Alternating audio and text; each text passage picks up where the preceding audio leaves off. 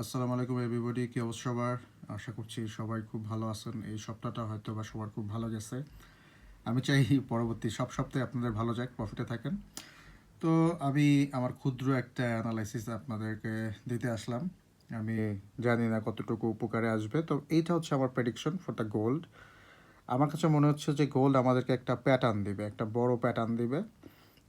মূলত এটা একটা ফ্ল্যাগ, বুলিশ ফ্ল্যাগ। তো নর্মালি আপ ট্রেন্ডে মার্কেট যখন বাইরে থাকে তখন এই ফ্ল্যাগটা খুব বেশি দেয়। এটা খুবই কমন একটা ফ্ল্যাগ, আমরা সবাই জানি। এটা খুবই একটা common flag for the bullish market. তো according to my analysis I am thinking gold gonna give us a very good pattern which on called bullish flag. তো আমরা কি করব এখানে? আমরা এই জোনগুলা এঁকে নিব, সবাই আমরা আঁকবো, যারা যারা আর কি এটা ফলো করতে চান। তো এই জোনগুলোতে রেড জোন যেটা আছে উপরের, এইখানে আমরা সেল করব, এই সব জায়গাতে আমরা বাই করব। যখন মার্কেট এই পয়েন্টগুলোতে থাকবে তখন আমরা বাই করব। আর এইখানে কিন্তু একটা আমাদেরকে রিট্রেস পয়েন্ট অবশ্যই আছে, এটা মাথায় রাখতে হবে। তো মার্কেট এখানে আসার সম্ভাবনা খুব বেশি, আর এটা 3,000-এর কাছাকাছি। তো মার্কেট কিন্তু অনেক সময় অনেক কনফিউশন আমাকে করবে, আমাদেরকে প্রচুর পরিমাণে ম্যানিপুলেটেড করবে। আমরা যদি এই জিনিসটা মাথায় রাখি তাহলে কিন্তু আমাদেরকে ট্রেড ধরতে খুব সহজ হবে।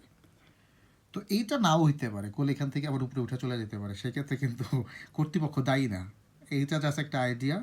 যদি মার্কেট এরকম করে, যদি মার্কেট এখানে চলে আসে, যদি আগামী সপ্তাহে মার্কেট আমরা এখানে পাই, তাহলে আমরা ধরে নিতে পারি যে হ্যাঁ, maybe it could be the same one.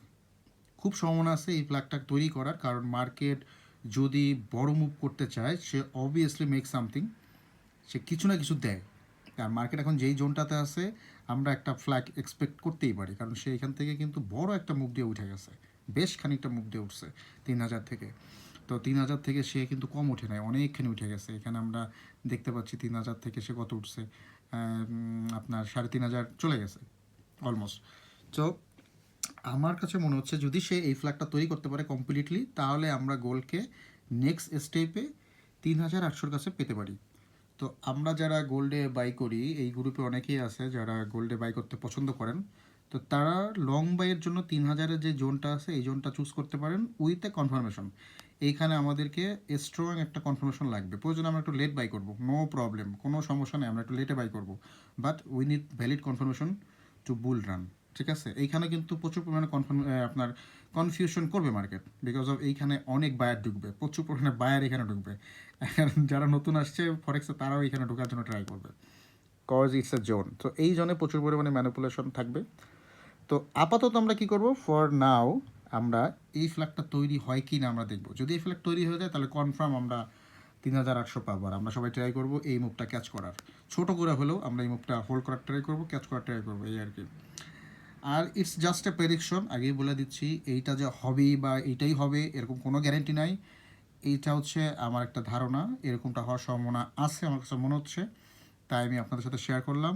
সবার শুভকামনা রইল সবার জন্য। আপনারা ট্রেডিং করেন, হ্যাপি ট্রেডিং, রিস্ক রেওয়ার্ড মাথায় রেখে করেন, লস কম করেন, প্রফিট বেশি করেন, সবার জন্য শুভকামনা। ধন্যবাদ, আসসালামু আলাইকুম।